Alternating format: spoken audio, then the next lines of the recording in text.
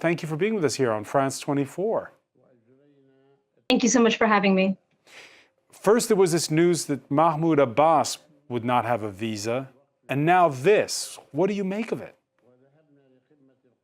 Well, it makes it abundantly clear for anyone that still had any doubts that this war is not against Hamas, but it's against the Palestinian people. As a whole, as an entire entity, as an entire nation.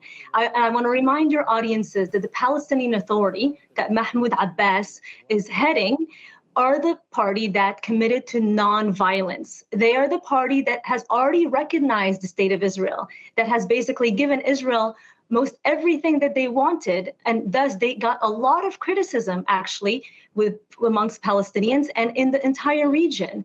So when even they are denied a visa, even they are being suppressed, the message is no matter what Palestinians do, they're going to be damned.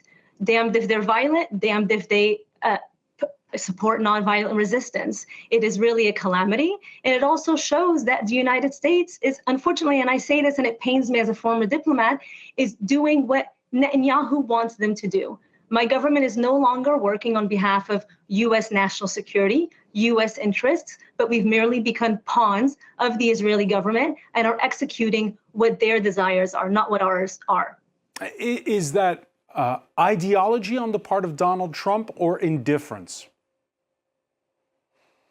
I think it's a lot of a lot. I think it's ideology in part, but to be quite frank, and I say this as an 18-year veteran of the State Department, I think it's corruption. And the reason why I resigned under the Biden administration and the reason why this continues to be an issue is because special interests have a grip on the United States government. It is not what diplomats, our intelligence community, are reporting to the government officials. It is what special interests are forcing government officials to do. And that is a calamity. That is not democratic. Again, that is not working on behalf of the American people.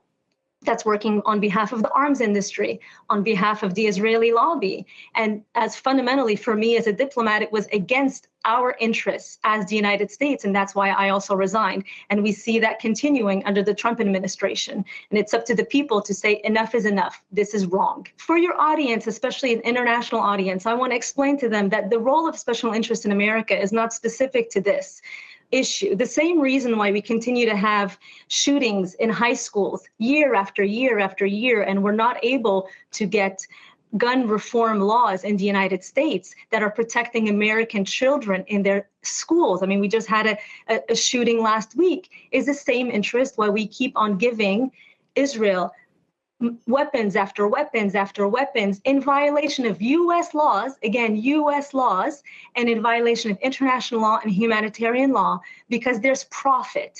There's profit in gun sales, there's profit in war, and our politicians are adherent to their campaign contributions, whether those are from the national gun lobby or from the weapons industry or from, again, the Israeli lobby. But at this point, it's become so unchecked that it's led to such disastrous, catastrophic situation in Gaza that really it's unimaginable. When we're seeing famine has been officially declared, it's gone beyond what any one of us can tolerate. And I'm hoping that doing more and more interviews is going to awaken people, because at this point, what can we do when our governments are no longer representative of the people, they're representative of special interests strictly? Hala, where does this leave career diplomats when this kind of idea is sprung? It leaves them with the decision, are you going to continue to be complicit in crimes against humanity? Are you going to try to fight as much as you can from within until you either hit a wall or you have to resign? I hit that wall and I chose to resign under the Biden administration because crimes against humanity and violations of US laws were already being committed under my watchful eye, and I refused.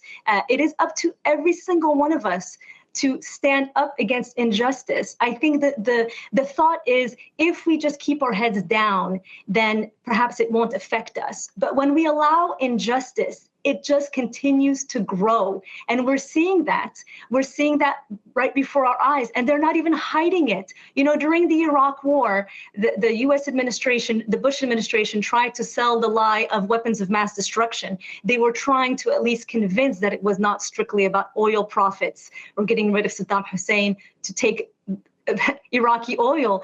There was this semblance of trying to convince the American people and the international community. There's not even a semblance anymore that this is not strictly for profit. This is tantamount to an absolute crime against humanity. It is ethnic cleansing.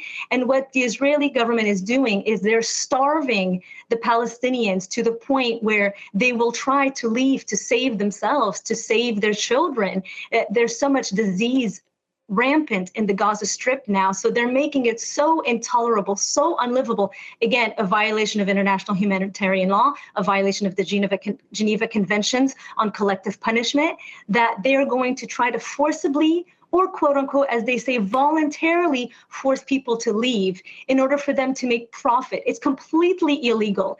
If we allow this to happen in Gaza, it will come to each one of us. It will come to each one of us. But it is clear to me that diplomacy now is only used as a cover. There is no diplomacy being actually used. If we allowed ourselves to use diplomacy, absolutely, negotiations could bring this to an end. I mean, I was speaking to Israeli negotiators when I was still a diplomat, even after I resigned, that were actually sincere in trying to find a diplomatic solution. But our leaders are not seeking diplomacy. They are not using diplomacy. They are only using it as a front for military intervention.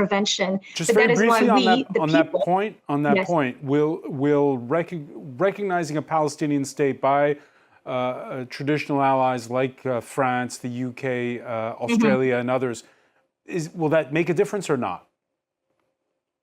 It's absolutely a positive step, but it can't just be in words. It has to be in action. It needs to be backed up with something tangible, still diplomatic, but tangible, such as an arms embargo, such as an isolation diplomatically, economically of the state of Israel, as long as they're committing war crimes.